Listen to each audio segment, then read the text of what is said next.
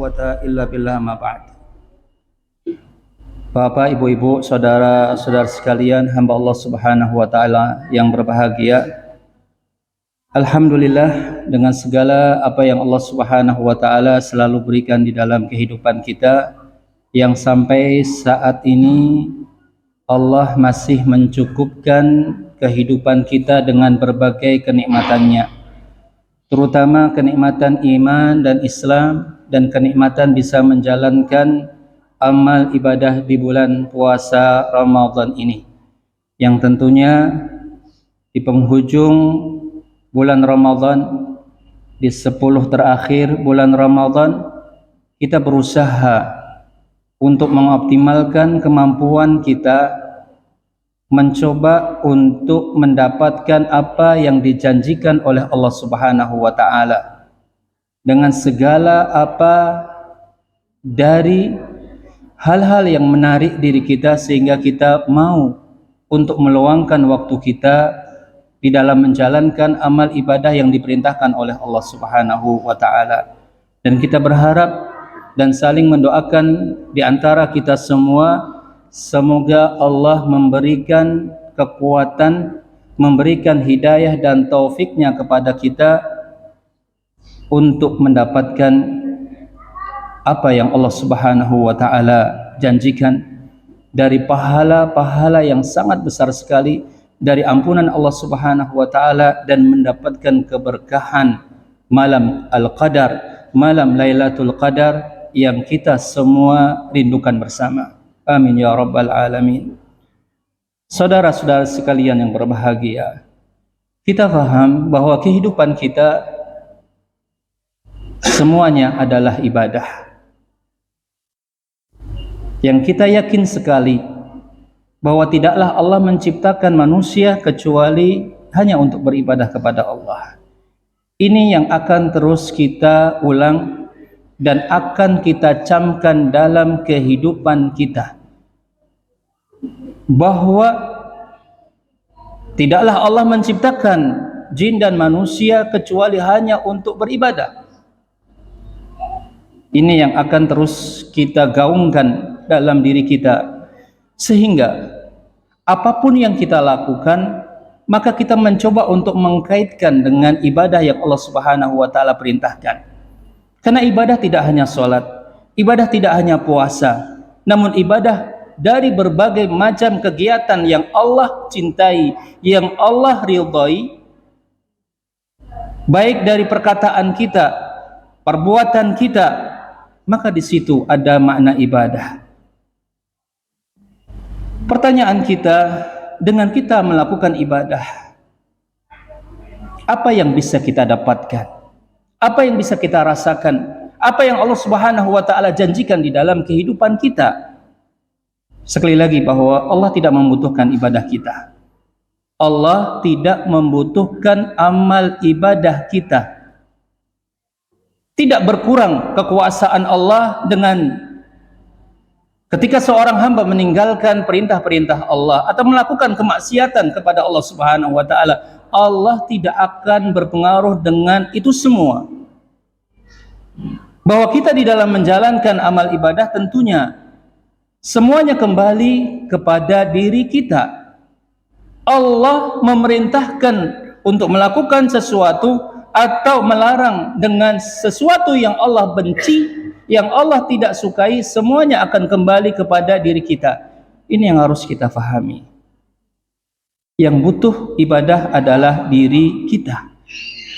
Sehingga kita jangan merasa sombong ketika kita sudah banyak melakukan amal ibadah, kemudian kita merasa bahwa Allah membutuhkan kita, Allah memerlukan kita di dalam kehidupan kita. Kalau seandainya tidak ada diri kita, maka agama Islam akan goyang, goncang dan sebagainya. Tidak. Allah tidak membutuhkan itu semua. Yang membutuhkan adalah kita. Kita ingin menyebutkan beberapa hal yang berkaitan dengan manfaat dan faidah dari ibadah yang kita lakukan, untuk memotivasi kita dan menyadarkan diri kita bahwa kita membutuhkan amal ibadah di dalam kehidupan kita, karena semuanya akan kembali di dalam diri kita. Ada beberapa faedah yang disebutkan oleh sebagian para ulama berkaitan dengan faedah di dalam amal ibadah yang kita lakukan setiap harinya. Antara lain bahwa dengan beribadah maka akan memunculkan dan mewujudkan kebahagiaan di dalam kehidupan manusia. Manusia akan tenang, manusia akan tentram, manusia akan senang. Karena apa yang kita lakukan di dalam kehidupan kita ini, dengan kita berkeluarga, dengan kita membeli rumah, dengan kita membeli mobil, dengan kita berrekreasi dan sebagainya, ujung-ujungnya akan kembali kepada ketenangan dan kenyamanan di dalam kehidupan kita. Namun yakinlah, apa yang Allah Subhanahu wa taala sebutkan itu jauh lebih cukup untuk menjadikan diri kita bahagia, tenang dan tentram. Di antaranya dengan amal ibadah kita ini. Sebagaimana yang Allah Subhanahu wa taala sebutkan di dalam surat An-Nahl ayat 97, di mana Allah katakan, "Man 'amila salihan min dzakarin aw untha wa huwa mu'minun falanuhyiyannahu hayatan thayyibah." Barang siapa yang melakukan amal saleh dari laki-laki dan perempuan dan dia beriman kepada Allah Subhanahu wa taala, janji Allah, falanuhyiyannahu hayatan thayyibah, maka akan kami berikan kepada dia kehidupan yang tenang, kehidupan yang tentram. Ibnu Katsir rahimahullah taala menjelaskan di dalam hal ini bahwa ketenangan yang dimaksudkan adalah ketenangan di dunia, ketentraman di dunia. Dengan seseorang melakukan amal ibadah, maka dia akan mendapatkan ketenangan dan kebahagiaan. Artinya, ketika seseorang dia merasa sudah melakukan amal ibadah, kemudian dia masih merasa tidak tenang, tidak tentram dengan apa yang dia lakukan, maka dipertanyakan amal ibadah yang dia lakukan. Bisa jadi dia tidak ikhlas karena Allah, bisa jadi dia tidak menjalankan sesuai dengan aturan yang ada, bisa jadi apa yang dilakukannya dengan amalan tersebut dengan amalan yang sembarangan, serampangan, sehingga tidak membuahkan hasil yang ada. Pastilah bahwa dengan kita beribadah, dengan berbagai macam amal ibadah yang tadi kita maksudkan, maka insya Allah akan melahirkan ketenangan di dalam kehidupan kita. Itu pasti. Kenapa kita memastikan? Karena Allah yang menjanjikan. Allah yang menjanjikan. Maka dengan ini kita berusaha untuk memperbanyak, memperbagus, meningkatkan kualitas ibadah kita sehingga ketentraman, ketenangan akan bisa kita dapatkan. Kemudian hal yang lainnya, dengan beribadah maka akan bisa menjaga harta kita, bisa menjaga keturunan kita, dan bisa menjaga keluarga kita. Sebagaimana yang Allah Subhanahu wa taala janjikan di dalam surat An-Nisa ayat 9. Allah katakan, "Wal yakhshal ladzina law taraku min khalfihim dzurriyyatan dhi'afan khafu 'alaihim falyattaqullaha wal yaqulu qawlan sadida." Maka hendaknya mereka, orang-orang yang meninggalkan, hendaknya merasa takut orang-orang yang meninggalkan generasi-generasi yang lemah, supaya mereka bertakwa kepada Allah Subhanahu wa taala. Supaya mereka bertakwa kepada Allah Subhanahu wa taala dan jangan meninggalkan generasi-generasi yang lemah. Meninggalkan keturunan-keturunan yang lemah. Falyattaqullaha, dan hendaknya mereka bertakwa kepada Allah Subhanahu wa taala. Maka dengan ini Allah memberikan sinyal bahwa dengan bertakwa kepada Allah, dengan kita bertakwa, beribadah kepada Allah Subhanahu wa taala, akan meninggalkan generasi-generasi yang lebih kuat dibandingkan dengan diri kita, dengan amal ibadah kita. Kita faham bahwa buah tidak akan jauh daripada induknya. Jangan kita berharap bahwa anak-anak kita akan bisa lebih baik dibandingkan dengan diri kita ketika kita tidak mau berdoa dan berusaha. Memang kita akui bahwa diri kita adalah orang-orang yang mungkin terlambat di dalam belajar, orang-orang yang lemah dan sebagainya. Namun kita menginginkan dengan ibadah kita, dengan ketakwaan kita, dengan kita berusaha di akhir-akhir kehidupan kita, kita bagian dari hamba-hamba yang bertakwa, dan terus beribadah kepada Allah Subhanahu wa taala, sehingga generasi yang akan kita tinggalkan adalah generasi yang lebih kuat lagi. Kemudian di dalam surah Al-Kahfi yang sering kita baca, bahwa dengan kesalehan dan ketaatan kedua orang tuanya, ternyata Allah menjaga harta dua anak yatim, dikarenakan kedua orang tuanya adalah orang tua yang saleh. Di sini dengan kita beribadah dengan kesalehan kita, maka akan bisa menjaga harta kita untuk anak keturunan kita. Kemudian buah dari ibadah adalah Allah akan menghilangkan kesusahan, kesulitan di dalam kehidupan kita. Sebagaimana yang Rasulullah SAW ceritakan, 3 orang yang terkurung di dalam gua.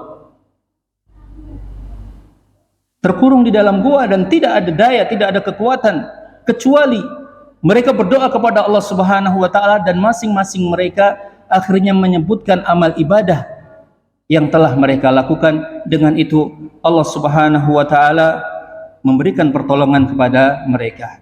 Kemudian faedah ibadah yang berikutnya, bahwa dengan beribadah maka kita akan menjadi hamba-hamba Allah yang dicintai oleh Allah Subhanahu wa taala. Sebagaimana yang Rasulullah SAW sebutkan di dalam hadis qudsi, bahwa tidaklah seorang hamba melakukan amal ibadah nafilah yang sunnah, tidaklah dia terus-menerus melakukan sampai, kata Allah, hatta uhibbah, sampai Allah Subhanahu wa taala akan mencintai dia. Karenanya dengan kita memperbanyak ibadah, maka Allah Subhanahu wa taala akan mencintai kita. Kemudian dengan kita beribadah, dengan beramal saleh, maka akan saling mewariskan kecintaan di antara kita, di antara para makhluknya. Sebagaimana yang Allah Subhanahu wa taala katakan di dalam surat Maryam ayat 96, Allah Subhanahu wa taala katakan, innal ladzina amanu wa amilus salihati sayaj'alu lahumur rahmanu wudda. Maka sesungguhnya orang-orang yang beriman dan beramal saleh, maka Allah Subhanahu wa taala akan jadikan mereka saling mencintai di antara mereka. Artinya, kita mencintai orang-orang yang saleh. Dengan kita banyak beribadah, maka insya Allah Allah akan menanamkan kecintaan kepada mereka, orang-orang yang saleh, orang-orang yang banyak beribadah kepada Allah Subhanahu wa taala. Walaupun kita tidak mengingkari bahwa kebaikan musuhnya adalah kejahatan. Tidaklah yang memusuhi orang-orang mukmin kecuali mereka orang-orang munafik. Tidaklah memusuhi orang-orang yang baik kecuali mereka orang-orang yang ada di dalam perilaku dan kehidupan mereka kecuali kejahatan. Maka kembalikan semuanya kepada Allah Subhanahu wa taala. Mana yang baik dan mana yang buruk tentunya harus disandingkan dengan apa yang Allah Subhanahu wa taala telah tetapkan di dalam kehidupan kita.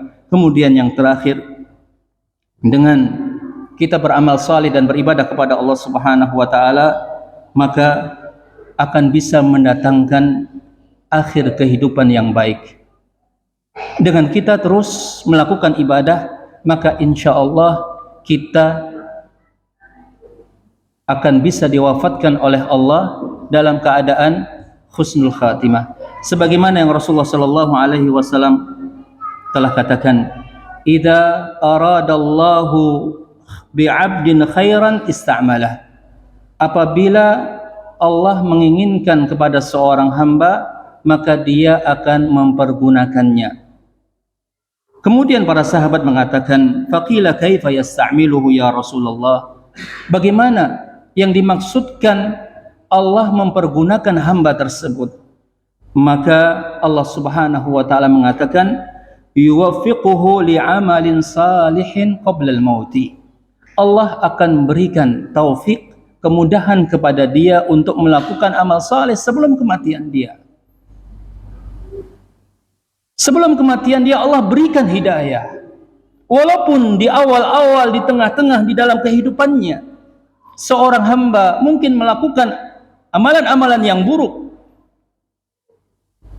Namun ketika hamba tersebut diberikan hidayah oleh Allah, hamba tersebut berusaha untuk melakukan walaupun halangan dan rintangan sangat banyak sekali, ketika Allah menginginkan maka Allah akan berikan taufik kepada hamba tersebut dan melakukan amal ibadah, yang dengan amal ibadah tersebut bisa jadi Allah akan masukkan dia ke dalam surga, karena Allah wafatkan dia dalam keadaan husnul khatimah. Sehingga sekali lagi, bahwa tidaklah pantas bagi seorang hamba untuk bersikap sombong dengan apa yang telah dia lakukan dari amal kebaikan yang ada. Yang ada hendaknya dia berusaha meminta kepada Allah untuk mengkabulkan, menerima segala amal ibadah dia, dan dia merasa takut jangan-jangan Allah tidak menerima amal soleh yang telah dia lakukan. Dengan perasaan ini, dengan perasaan kurang ini, harapannya dia akan memperbaiki dan memperbaiki, dibandingkan dengan orang-orang yang merasa bahwa dirinya adalah calon penghuni surga, yang kemudian merasa cukup dengan amalannya. Tidak. Begitu pula janganlah berputus asa ketika seorang hamba di awal-awal dia melangkah banyak hal yang dirasa bertentangan dengan hukum Allah, kemudian Allah berikan hidayah kepada dia, kemudian dia memperbaiki amal-amal ibadah yang ada, memperbaiki waktu-waktu yang ada, memperbaiki sisa yang ada, sisa umur yang ada dia pergunakan untuk beribadah. Dia merasa kurang, dia merasa sedikit, namun dia tidak berputus asa dari rahmat Allah Subhanahu wa taala. Dengan ini kita berharap Allah memberikan akhir cerita kita, akhir cerita kehidupan kita dengan perbuatan yang baik, sehingga kita semua Allah berikan husnul khatimah, Allah berikan akhir kehidupan yang baik dengan menjalankan amal ibadah yang ada, Allah berikan penutup yang baik kepada kita semua, sehingga janji-janji Allah dengan kita beramal saleh di akhirat, dengan Allah masukkan surga, dengan Allah ringankan siksa, dengan Allah jauhkan dari siksa kubur, siksa neraka dan sebagainya, bisa kita dapatkan dengan kita bertaubat kepada Allah dan memanfaatkan waktu dengan sebaik-baiknya. Karenanya tidak ada waktu yang terbaik